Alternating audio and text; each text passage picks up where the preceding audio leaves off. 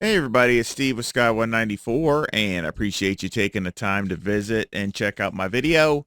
And we're back here at MONZA. This is the week of MONZA since I guess it's my race here this weekend in my league, in my E-Seniors League. So I've had a few requests for some other setups.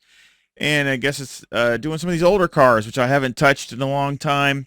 And today is the older BMW, the M6, the big one, the big car.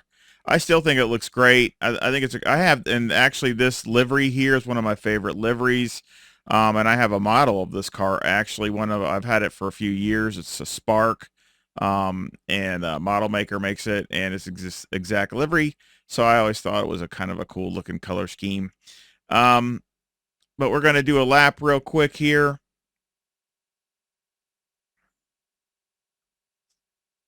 Try to be as quick as we can. And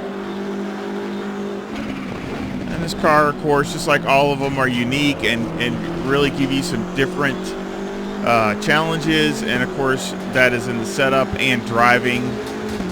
One thing with this BMW, it's rock solid because it's got probably the longest wheelbase out of all the GT3 cars. See them running high 48s. And you see it's again, we're right here before the 150. Braking is good. Not awesome, but it is good. It's okay. This is the problem. These are the two weak spots right here. This car is got, between the wheelbase and everything, this car turns so slow. It's like a super tanker. It just does not change directions.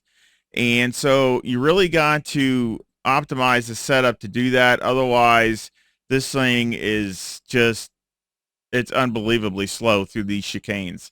So I've had to do some things to try to make it a little better. Again, still try to do the same thing, come in late.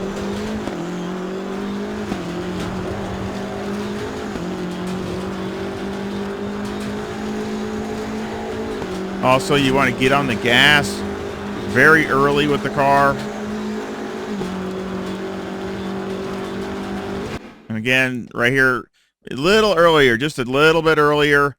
Still right here aiming for the orange, but you don't want to go in deep going past it. So again, you're just a little bit earlier than what like the Nissan was, and definitely like the newer cars for sure. Again, try to do a late apex, going right next to the, and now this one you stay in first. It's got now this is the opposite of the Nissan. Okay, where I was in second the whole time. Now this, you're in first the whole time. This has got a very tall first gear. So you just want to stay in first the whole time and drive all the way out. So again, same kind of attack on the corner, but just stay in first gear.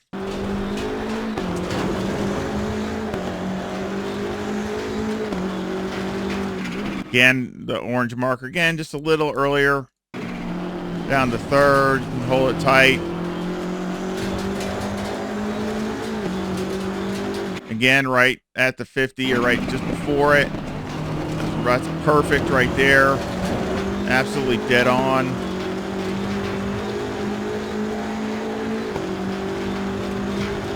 A great sounding car.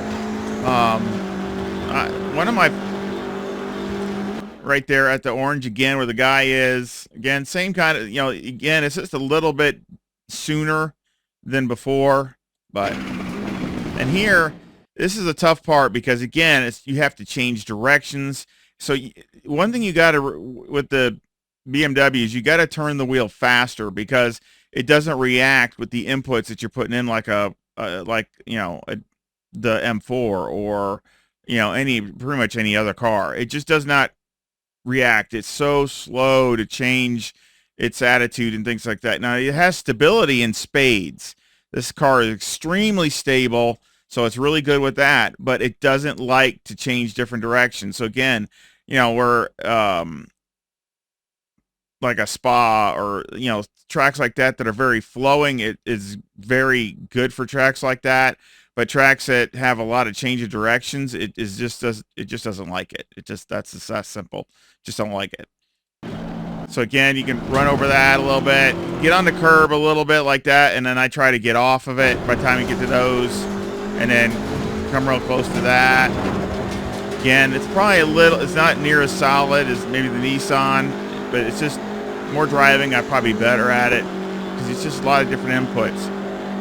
Real good up here. Again, just past the 100, down to third.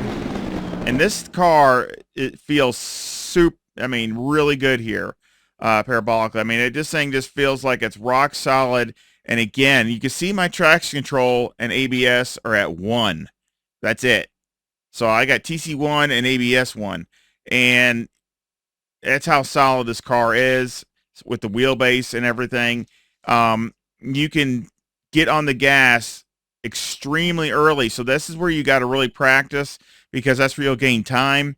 You can start feeding the gas in really quick, because that's how good the car is as far as the stability. And just watch, you see the green's already a little bit right there. And so so you can see flip a couple times, blip it, and right back to full throttle. And that's with just the number 1 TC setting. And that's my fast lap of 148.88. 173 every time. It just barely ticks it. So, I mean, sometimes a little bit more than others, but it just barely ticks 173. So again, decent for that, for how I have it set up. So let's go to the setup. 25.3 left front, 25.5 left rear, 26.5 right front, 26.3 right rear. The toe's a negative 0.13 on the front with the camber at negative 3.8 left front, negative 3.6 right front, and the caster at 13.5. The toe on the rear is a positive 0.1 with the camber at negative 3.2 on the left rear and negative 3 on the right rear. Now here, of course, I have a little bit more negative toe to help it turn in, as the car just does not want to react. I didn't try to go up to 1.2. That might help a little bit. So if you want to try to go up to 0.15, it might help a little bit more. But I was just trying to keep the tire wear really good as it is. I mean, right now the tire wear is excellent. So again, everything else looks good. Electronics, again, 111. I didn't really touch any of it, so it seems pretty solid. You might want to go to 2 near the end of a longer stint, but that's about it. Fuel, 55 liters, number 1 brake pad. Mechanical, got 5 on the anti-roll bar, 55 on the brake bias. You can go down a little lower than that, but just be careful with it. You can go, I mean, you can maybe go down to 54 maybe, or 54.1, but that would be near the end of a stint. All the way down to the steering. Spring, excuse me, springs are 176,000 left front, 166,000 right front, 800 bump stop rate, 12 bump stop range on the left front, and 20 on the right front. On the rear, the springs are 146,000 left rear. On the right rear, it's 136,000. Bump stop rate is 600, and the bump stop range is 30 on the left rear and 50 on the right rear. Anti-roll bar 7 on the rear, and the preload is 80. I'm actually going to go to 90, so preload's 90. Kind of help at mid-corner, tighten it up just a little bit. So again, that's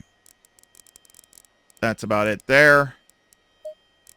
Shocks on the front are 5, 2, 29, and 22, and on the rear, the 3, 1, 27, and 22. Again, all dialed in by Motec. Made some adjustments, and they're really close. So they should be pretty good. Aero all the way down on the front, 52, 65 in the rear with a maxed wing at 7 and a 3 and a 3 in the brake ducts. And the front aero variation is a negative 1.0. Here, I've tried a lot of different combinations. Really kept inching up. Every time I put another click of wing, the car would go another 1/10 or 2 faster. So it just went that way. Even though I lose maybe a half a mile an hour in speed, that's about all I would lose, is about a half a mile an hour down the straightaway. It would just, because what I would do is I could optimize it a little bit more to get it to rotate quicker, and I would gain time. and it was just even more solid. I could get on the gas earlier. So again, lifting up the rear, trying to get the car to rotate quicker on changing directions, put the ride height all the way down in the front. So again, I tried a lower wing in the beginning and ride height and all that, and yeah, you gain maybe 1 or 2 miles an hour, but man, the car just dies in the rest of the track. And you're running way slower.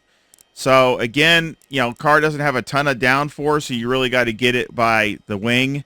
Motor is, really good motor. That's why it's still, I mean, if you think about the speed with all the wing in it, and I'm still doing, 3 miles an hour more than what the Nissan was doing. So again, I mean, mega, great power, but it doesn't have a lot of downforce, so you got to add it with the wing. It doesn't have it naturally. So again, I think it's a really good setup. The big thing with this is it'll stay very consistent with this setup. It'll stay probably within 2 to 3 tenths every lap. I mean, it'll just knock them out. So the car is very easy on its tires, very consistent. So the longer the race, the better. You might have to click one click maybe on TC or ABS, but the lap time should stay pretty consistent. And again, I think it's really, it's a fun car to drive. Actually, one of my cars that I enjoy driving just to drive, just to enjoy and don't care about times.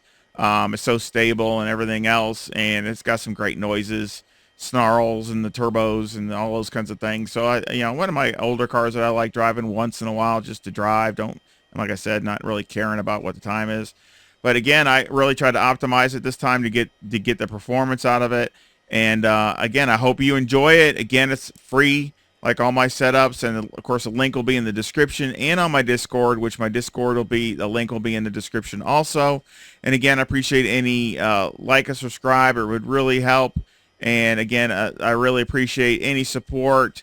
All of it is a big help with my little channel.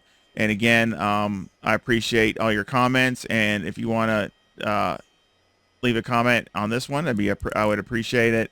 And again, I hope I see you really soon. Y'all take care. See ya.